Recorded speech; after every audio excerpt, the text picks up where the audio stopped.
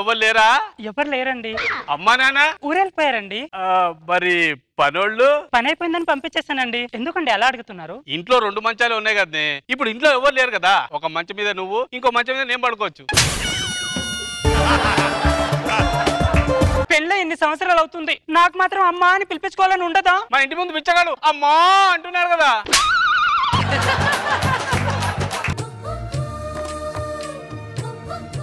ఏం చేస్తున్నారండి? అక్కడ బీర్ బాటలు పెట్టానే, కనబడట్లేదు. అంటే అందమైన భార్య పక్కన ఉన్నా కూడా బీర్ బాటలను చూస్తావా నువ్వు? అది తాగితేనే నువ్వు అందంగా కనబడతావు. డోర్ పెట్టు, కాలనీలో దొంగలు పడుతున్నారట. దీనికేం తక్కువ లేదు.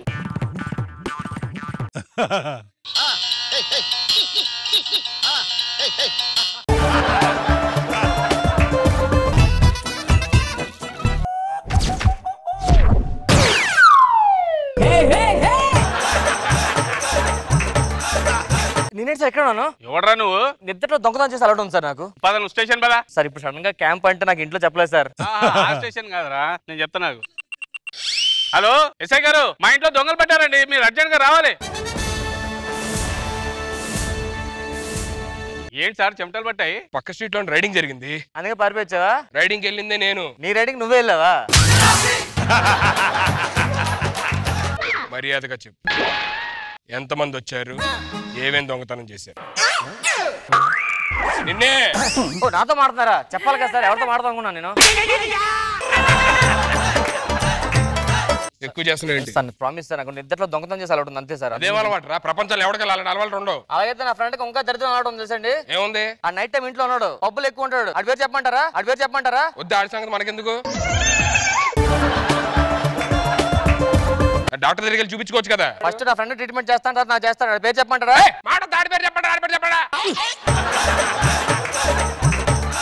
అసలు దొంగ ఎలా ఎవరు నువ్వు? అంటే చిన్నప్పటి నుంచి సన్నీ లేని సినిమాలు చూసి ఇలా దొంగ అయిపోయింది సార్. ఎవడన్నా ఖైదీ 150 చూసి దొంగ అవుతాడు, లేదా కొండబిట్టి దొంగ చూసి దొంగ అవుతాడా? నువ్వేట్రా సన్నీ లేని సినిమాలు చూసి దొంగ? ఆ సినిమాలు ఎవడని చూస్తాడు సార్, ఈ సినిమాలు సైలెంట్ గా దొంగలో చూడాలి కదా, అందుకని చూసి అలాగ అయిపోయింది సార్. చూసాక ఇప్పుడే ఒక కాల్చి వచ్చా, బ్లడ్ కూడా అంటుకుంది. అదేంటి సార్, ఎంత కాస్త బ్లడ్ ఎలా అంటుకుంది? నమ్మరేమో అని చెప్పి నా బుల్లెట్ తీసి మళ్ళీ లోపల పెట్టుకున్నా. చూసారా, నేను ఇప్పుడు ఇతను పొడి చేసి వచ్చా. అదేంటి ఒక్క అట్ట బుట్టు కూడా లేదు? ఇప్పుడు ఒకటి పొడిచా, అది బ్లడ్ దీనికి అంటుకుంది. ఇది తీసి కూడా పొడిచా, ఈ బ్లడ్ ఆడుకుంటుంది, అందుకే దీనికి ఏం లేదు.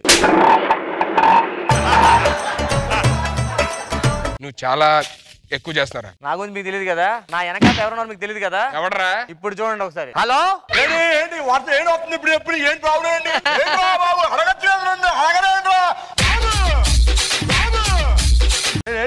ఎందుకు పిలిచాను? నీకు ఫోన్ చేయని వచ్చేసేవేంటి, కనీసం లొకేషన్ పంపించలే కదా. నీకు తెలీదా? నీకు నువ్వు ఫోన్ చేసావు, నాకు సిగ్నల్ కనిపించింది, పైనుంచి టార్చ్ లైట్ వేసుకొని వచ్చాను. ఏంటి ప్రాబ్లం ఏంటి ఇప్పుడు? స్టేషన్ లో పెట్టి సీఏ గారు చూడండి. ఎవడరా నువ్వు? నిన్ను కొట్టాడేంటి? ఫ్రెండ్స్ ఇప్పుడు గొడవలు ఉన్నావా? అందుకే కొట్టాడు. ఫ్రెండ్ మా ఫ్రెండ్ అట మీరు. కొంచెం డీల్ చేయ ఆగరా బాబు, 4 కొనుక్కున్నా లోపల. వీడి గురించి చెప్పా నువ్వు? ఏంట్రా బిల్డప్ ఏంటి? దొంగతనం చేశాడు. బాబు సారీ చెప్పు. Sorry sir. పద. ఏంటి ఏంట్రా సారీ చెప్పు, పదేంట్రా? నీకు తెలియదా? నీకు ఏంటి చట్టాలు మొత్తం మారిపోయారు కదరా బాబు. ఏం మార్చారా చట్టం? ఇప్పుడు యాక్సిడెంట్ చేసావు అనుకో, చేయకండి వదిలేస్తారు. యాక్సిడెంట్ అయితే షేక్ ఇస్తే వదిలేస్తారా? నువ్వు రీసెంట్ మా బాబాయ్ మర్డర్ కూడా చేశాడు తెలుసా? వదిలేసారు తెలుసా నీకు? మర్డర్ చేస్తే వదిలేసారా? అన్నం పెట్టాను వదిలేసారు. ఏంట్రా నువ్వు చాలా ఎక్కువ చేస్తున్నావు. అసలు ఎంతగా నాన్న ఎవరు తెలుసా నీకు? మా నాన్న ఏం చేస్తాడు తెలుసా నీకు? ఏం చేస్తాడు? కిడ్నీలో ఇప్పుడు రాళ్ళు పడతాయి అంటారు కదా మామూలుగా. అవును, ఆ రాళ్ళు సప్లై చేసింది మా నాన్న. నువ్వు దానికి అయిపోతా మా నాన్న చేస్తాడు తెలుసా? చెప్పరా, మీ నాన్న ఏం చేస్తాడు? ఆ రాళ్ళు పడిన కిడ్నీలు ఫెయిల్ అయిపోతాయా, మన అంట్లు పోగేసి సప్లిమెంట్ రైజ్ మళ్ళీ పాస్ చేస్తాడు.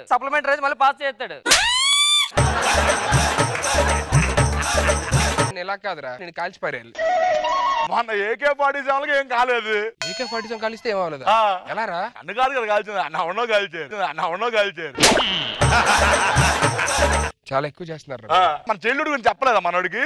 ఏమనుకుంటారు అందుకే బిల్లాడ దొరకడం కారణం మా బాబాయ్. దొరకడానికి కారణం మీ బాబాయ్. మరి అలా ఎలా రా? నేను ఇద్దరు చెల్లుడి ఫ్రెండ్స్ ఒకే దగ్గర కలిసి చదువుకున్నాం. చిన్నప్పుడు నేను దీపావళి బాంబులతో ఆడుకునేవాడిని, మనోడు పెద్ద పెద్ద బాంబులతో ఆడుకునేవాడు. వద్దురా బాబు జనాలు ఫీల్ అవుతారా చచ్చిపోతారంటే అడిగే వెళ్ళిపోయాడు ఇంటికి. అక్కడికి వెళ్ళిపోయి అదే పనులు చేశాడు. అమెరికా మీద బాంబు వేసాడంట. ఒబామా బాబాయ్ ఫీల్ అయ్యాడు. ఒబామా నీకు ఫోన్ చేశాడు? చెల్లుడి ఫ్రెండ్ ఉండగా ఒక్కడిని నేను ఫోన్ చేసి బాబాయ్ వినలాడని బాబాయ్ ఇలా చేస్తున్నాడు మరి అని ఫీల్ అయ్యాడు. సరే ఫోన్ పెట్టి అన్న వెంటనే ఫోన్ కలిపేయాలి ఆడిన బాబాయ్కి. పలకరించిపోయాడు. అబ్బాయి చాలా రోజులు ఫోన్ చేసి ఏంటి సంగతి అన్నాడు. ఏం లేదు కలిసి పార్టీ చేసుకుందాం అంటే వాట్సాప్ లో లొకేషన్ పెట్టాడు. ఫోన్ పెట్టాను ఈ లొకేషన్ మన ఒబామాకు పంపించా అంతే వేసాడు. అమెరికాలో అంత టచ్ ఉందా? మరి ఆ హెల్ప్ చేశాడని చెప్పి ఒబామా బాబా ఏం చేశాడు తెలుసా నాకు? ఏం చేశాడు? స్టాచ్యూ కట్టాడు కదా. అవును, స్టాచ్యూ ఆఫ్ లిబర్టీ. అది అంతే నీదా? నన్ను నాది కాదు మా పెద్దమ్మ గారు. స్టాచ్యూ ఆఫ్ లిబర్టీ మీ పెద్దమ్మ నాదే కడతా అన్నాడు. ఇంట్లో పెద్దమ్మ నించుకుని నాదని చెప్పి పెద్దమ్మ కట్టించా. పెద్దమ్మ ఆవిడ మరి లాస్ట్ టైం పలకరించి వచ్చా నేను. మరి హుస్సేన్ సాగర్ లో ఉన్నది ఎవరు? బుద్ధుడే.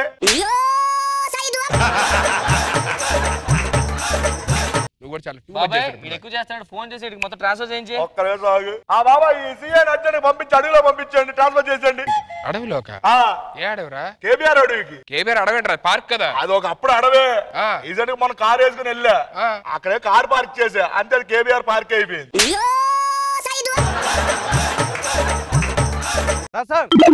సార్ రే కానిస్టేబుల్ నువ్వు వచ్చేయండి. ఎలా మీరు రైడింగ్ వెళ్ళారు కదా, హోమ్ మినిస్టర్ గారికి తెలిసి మీ జాబ్ తీసేశారు సార్. నేను ఎందుకు ఫీల్ అవుతున్నావు? నా జాబ్ తీస్తారు సార్. దేనికి? నేను రైడింగ్ లో దొరికిపోయాను. ఒక్కరోజు ఆగు. రూల్ మార్చే తెలియదే నీకు ఇప్పుడు? ఏం చేయాలి? బాబా ఏంటి రూల్ ఏంటి ఇప్పుడు? ఓకే ఓకే దొరికిపోగానే వదిలేసి పారిపోతే వదిలేస్తారంట. దొరికిపోతే విజిలేసి పారిపోతే రైడింగ్ లో నుంచి వదిలేస్తారా? ఏంటి ఏంటి మెచ్చ చేసుకున్నాడు నువ్వు? ఒక్క రోజు ఆగు నువ్వు. చెయ్యి బాబాయ్. బాబాయ్ ఎక్కడున్నా? సరే మొత్తం ఇప్పుడే నువ్వు ఎక్కడే నువ్వు చెప్తాను. నువ్వు ఎక్కడే ఉండు. అది నువ్వు దమ్ముంటే ఎక్కడ ఉండు. నువ్వు కూడా దమ్ముంటే ఎక్కడ ఉండు. హోమ్ మినిస్టర్ మాట్లాడతాను ఇప్పుడు. మాట్లాడతావు ఇప్పుడు? నేను మాట్లాడు. మరి అది అదే మధ్యాహ్నం లంచ్కి వస్తున్నాను. భోజనం రెడీ పెట్టు. అరే ఏం చేసావు? పదా వచ్చేసాడు రాడు.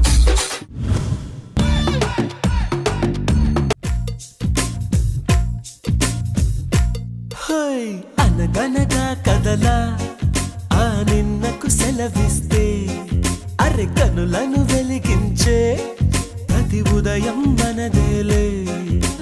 లోకాల చీకటిని తిడుతూనే ఉంటామా?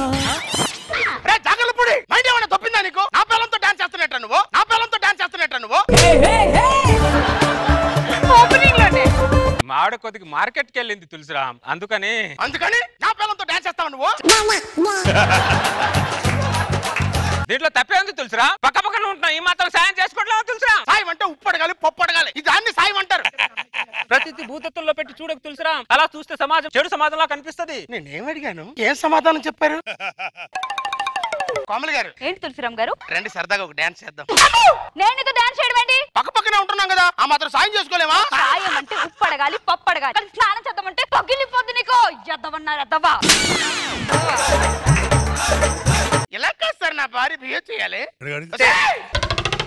ఏంటి? నేను దాంతో డాన్స్ చేస్తాను రమ్మనంటే నన్ను కొట్టింది. నువ్వేంటి వాడితో డాన్స్ చేస్తున్నావు? ఆవిడది కొట్టే మనసు, నాది పెట్టే మనసు.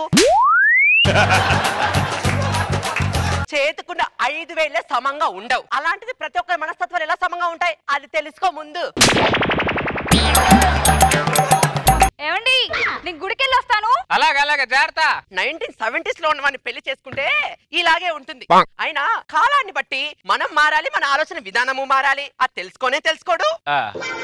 నర్తక్ గారు. ఏంటి జాగలపుడి గారు? మాడు కొద్ది గుడికి వెళ్ళింది, కొద్ది తలనొప్పిగా ఉంది, తలకు ఆయిల్ ఏమైనా పెట్టగలరా అని. దాంట్లో ఏముందండి, ఆగండి ఆయిల్ డబ్బా తీసుకొస్తాను. వద్దులే నేను థ్యాంక్స్ నర్తక్ గారు మీ సహాయానికి. అయ్యో జాగలపుడి గారు, సాటి మనిషిగా సహాయం చేయడం నా కర్తవ్యం అండి. చేసుకో కర్తవ్యం.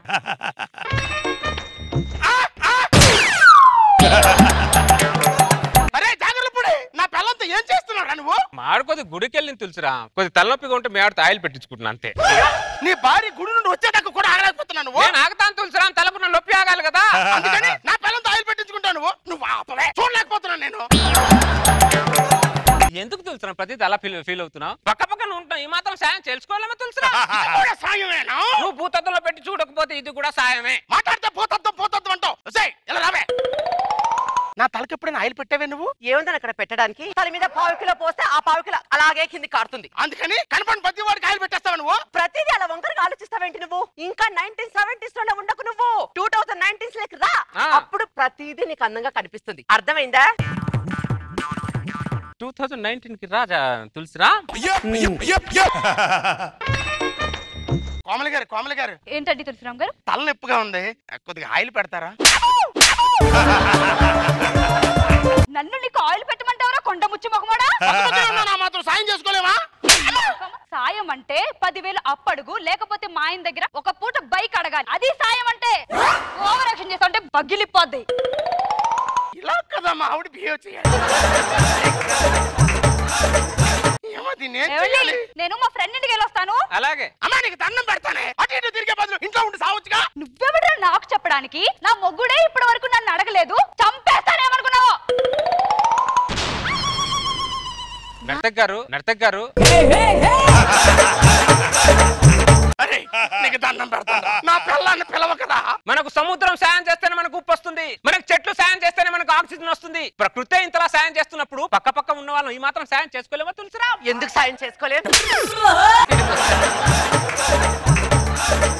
కొద్దిగా మాడు బయటికి వెళ్ళింది, ఒక కాఫీ ఏమైనా పెట్టిగలరా అని. మీరు సాయం పడితే కాఫీ ఏం కర్మండి? కాకినాడ వెళ్ళి కాజైనా తెచ్చిస్తాను. మీరు కూర్చొని కాఫీ పెట్టిస్తాను. వదిలేండి, మీ ఆయన కొద్దిగా ఫీల్ అవుతున్నట్టున్నాడు. ఆయన ఫీలింగ్స్ నాకేం పని లేదండి. మీరు అడిగిన సాయం చేయకపోతే నేను ఫీల్ అవుతానండి. అయితే కాఫీ పెట్టివ్వండి. అలాగే కూర్చోండి.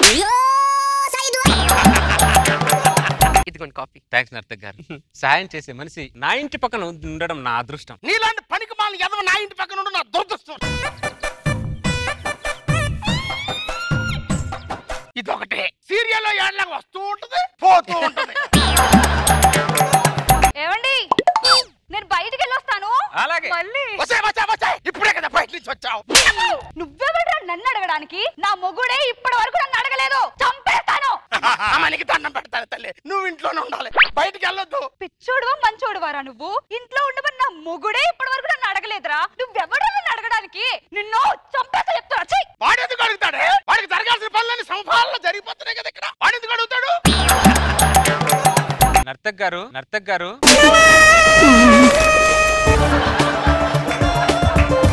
అనుకుంటున్నా ఇప్పుడే మీ ఆవిడ బయటికి వెళ్ళింది, ఇంకా బయటికి రాలేదేంటి అని అనుకుంటున్నాను. నువ్వు వచ్చావురా. అసలు నీకు బుద్ధుందా? సహాయం కోసం ఇంటికి వచ్చినట్టు సాడిస్ట్ లో బిహేవ్ చేస్తావేంటి నువ్వు? నేను సాడిస్ట్? నువ్వే సాడిస్ట్.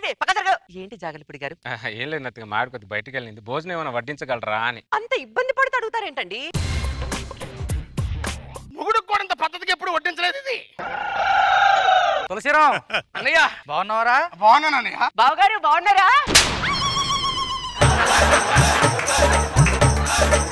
అమ్మాయి నీకు పెళ్ళమా, వాడికి పెళ్ళమారా? అలా అడుగుతావేంటన్నయ్య? మా ఇద్దరికి పెళ్లి చేసింది నువ్వే కదా. మరి అమ్మాయి ఏంట్రా వాడికి భోజనం తినిపిస్తుంది? సముద్రం మనకి సాయం చేయబట్టుకే కదా అన్నయ్య ఉప్పొచ్చింది. చెట్లు మనకు సాయం చేయబట్టుకే కన్నయ్య. ప్రకృతి మనకి సాయం చేసినప్పుడు పక్క పక్కన ఉంటున్న వాళ్ళు ఇలా సాయం చేసుకోలేవా?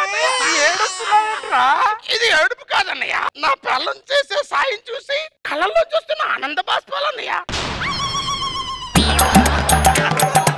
ఎంత పుణ్యం చేస్తే ఇలాంటి పిల్లం వస్తుంది అన్నయ్య? దరిద్రుడా, సాయం అంటే ఉప్పో పప్పో 10,000 అప్పో ఇస్తారా?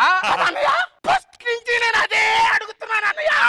వీడొక వేషం చెప్తున్నాడు, అదొక వేషం చెప్తున్నానయ్య. నువ్వు నా తమ్ముడు అని చెప్పుకోవడం నాకు సిగ్గుగా ఉందిరా. బతుకుచేడా, ఇంకోసారి ఈ గుమ్మంలో అడుగు పెట్టురా అన్నయ్య.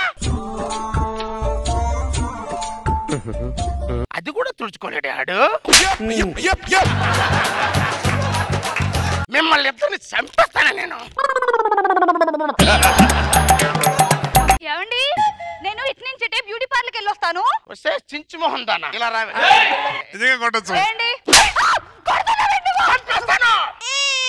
ఇంట్లో ఉండవే నువ్వు? ఇదంతా నీ వల్ల జరుగుతుంది. నువ్వెవడా అసలు నాకు చెప్పడానికి? నా మొగుడు నీ మొగుడు అడగడే, మాట్లాడితే ఇలా చెప్తావు. పద లోపలికి. నువ్వు కాళ్ళు బయట పెట్టామంటే కాళ్ళు ఎరగొడతానేమో అనుకుంటున్నావా? నర్తక్ గారు చిన్న జాగలిపుడి గారు ఏదో సహాయం ఇక్కడ మీకు